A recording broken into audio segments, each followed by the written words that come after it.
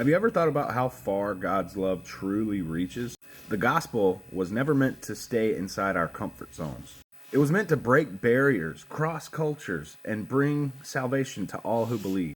So in Acts 10, there was a Roman centurion named Cornelius. He was a devout man who feared God and frequently gave alms to the poor, and he prayed constantly. So Cornelius, although he was a Gentile, was described as devout, prayerful, and generous.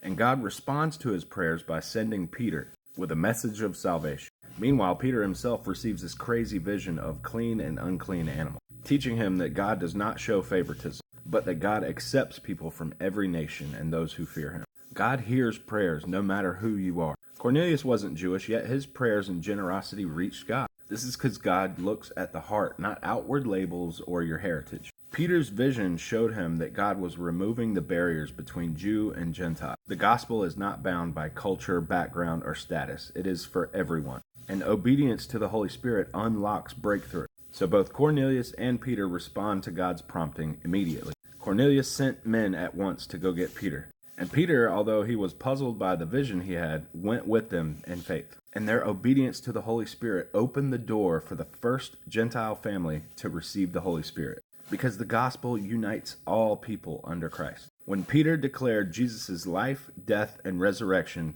Cornelius' whole household fell under the Holy Spirit. And it was this moment that marked the beginning of the Gentiles being welcomed into the Christian church. It was God's confirmation that salvation is for everyone. This whole chapter shows us that God will go to great lengths to reach people who seek after him.